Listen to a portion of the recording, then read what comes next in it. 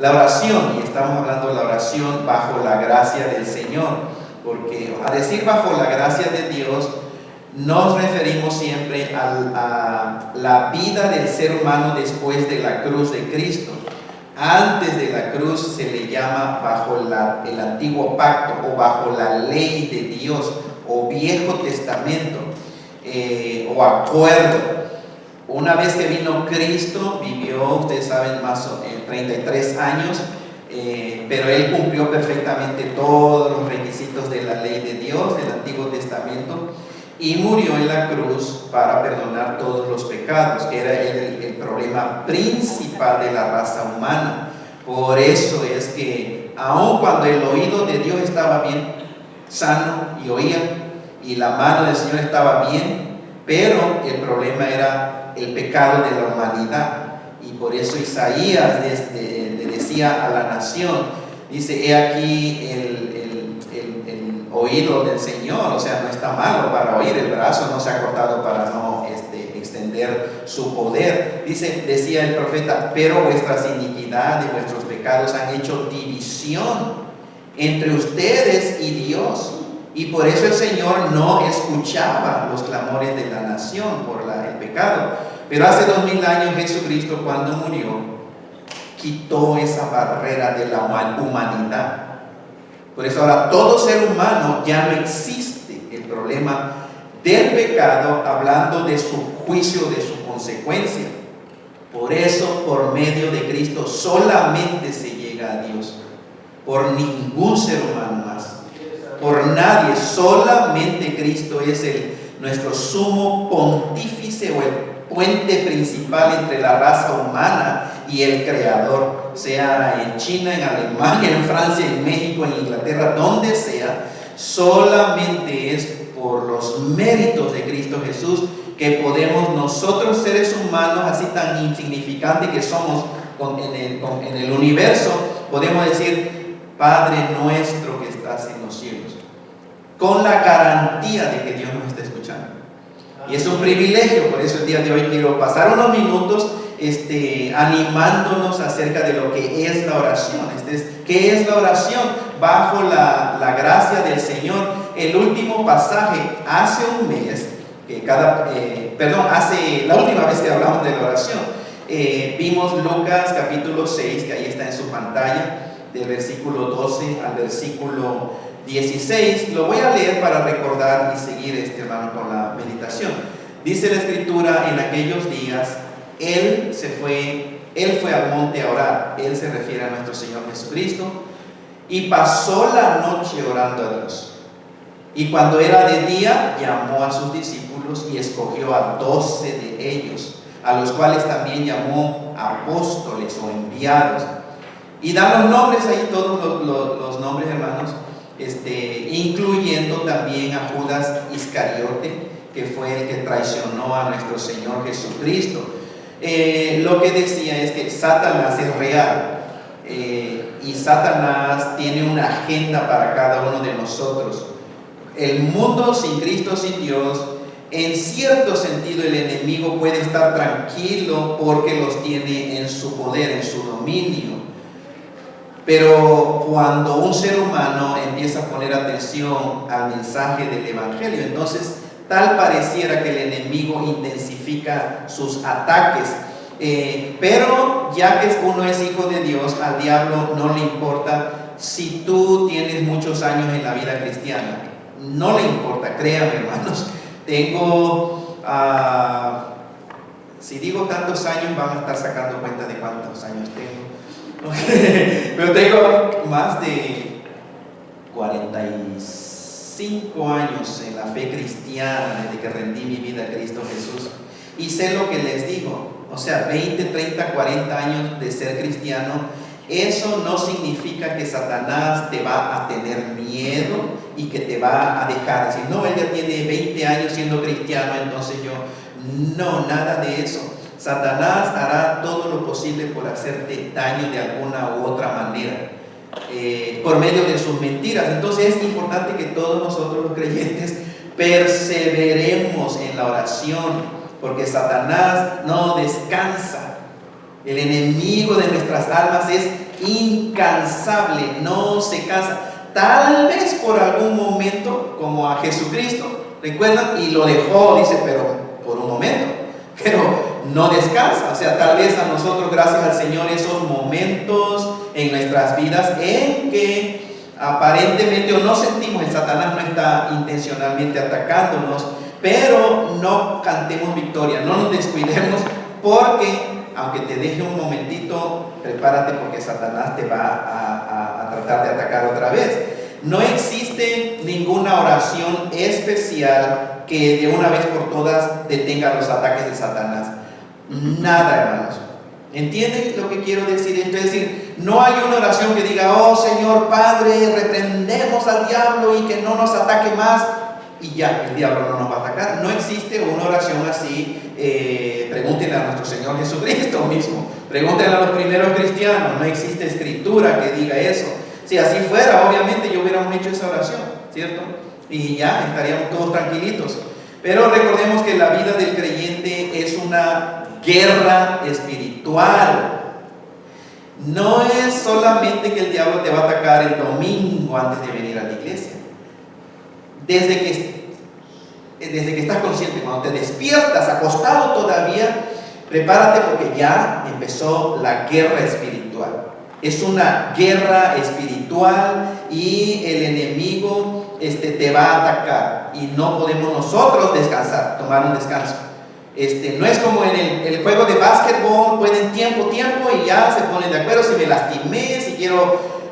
Aquí no, hermano. De hecho, ¿sabían ustedes que en la guerra, si tu enemigo se da cuenta que estás cansado, él va a tratar de aprovechar eso? Me gustan las artes marciales. Algunos de ustedes saben que tenemos artes marciales aquí los sábados, y lo último que intenté practicar fue Jeet Kune Do. ¿Cuántos conocieron a Bruce Lee? Ok, Bruce Lee inventó ese un estilo, hermano, pero mi instructor, que fue de la línea de Bruce Lee, Danilo Santo, el otro de Chicago, y mi instructor aquí en Vernon Hills vive, pero decía esto porque tengo 56 años de edad, no soy un espagueti, no soy delgadito, y además no hago mucho ejercicio, entonces me canso rápido. Pero ¿saben lo que mi instructor siempre me mantenía diciendo? No le dejes saber a tu enemigo que estás cansado. Don't show your enemy you are tired. No le muestres a tu enemigo que estés cansado, aunque estés cansado. Entonces, él en la guerra espiritual, Satanás está esperando un momentito en que descansemos. Si quieres, tómate un descansito, hablando espiritualmente, pero prepárate, porque el enemigo puede estar esperando ese descanso o descuido en tu vida espiritual. Vean lo que dice la Escritura. Cuando Jesucristo pasó la noche orando a Dios, vemos claramente que no existe una hora específica para orar. ¿A qué horas debemos de orar? No existe hora específica. Escuchaba a un pastor querido, pues Dios bendiga su corazón, pero hablándole a un grupo de jóvenes decía esto: todos los cristianos debemos orar 2 horas en la mañana como mínimo. Si él lo quiere hacer, que lo haga, ¿cierto? Pero la Biblia no es así, de esa manera legalista. Hermano, no te dice ni cuánto tiempo ni a qué horas. Pero el rey David oraba en la mañana, pero él era el rey David. Él vivía en otro tiempo y se levantaba muy temprano. No caímos en el legalismo. No hay hora del día específica para orar. Jesucristo oró toda la noche, y toda la noche tuvo acceso libre ante su Padre Celestial. No esperaba ningún momento específico. Entonces, ¿a qué hora del día oras tú? ¿A qué hora del día oras tú, hermano o hermana? Tengo por seguro que Dios está ahí escuchándote. Cuando intercedemos ante Dios en el nombre de su Hijo Cristo Jesús, por los méritos del Señor Jesucristo, es una garantía de que ahí está Dios. Tenlo por seguro, te está escuchando. Y recuerden que para Dios no existe el tiempo. Ustedes creen que Dios dice, ya es noche. No, para Dios no existe el tiempo, hermanos. Él creó el universo entero, el sistema solar. Dios es eterno, no se cansa, gracias al Señor. El Señor siempre está ahí escuchando nuestras oraciones. No existe ni un solo momento en que Dios no nos escuche. Entonces es importante saber que el hecho que no recibamos las cosas que le pedimos a Dios no significa que Dios no te escuche. Y hay un cristianismo así. Algunos cristianos, hermanos, equivocadamente han entendido de que si yo oro, lo que yo pida, Dios me lo va a contestar. Y si no me lo contesta, se preocupan estos cristianos porque piensan, Dios está enojado conmigo, Dios no me ama, Dios no me escuchó. Nada de eso. El hecho de que Dios no responda a tu petición específica a la hora que tú quieres y como tú lo quieres, no significa que Dios, tu Padre, no te esté escuchando. Significa que tal vez su respuesta es: no, mijito, eso no.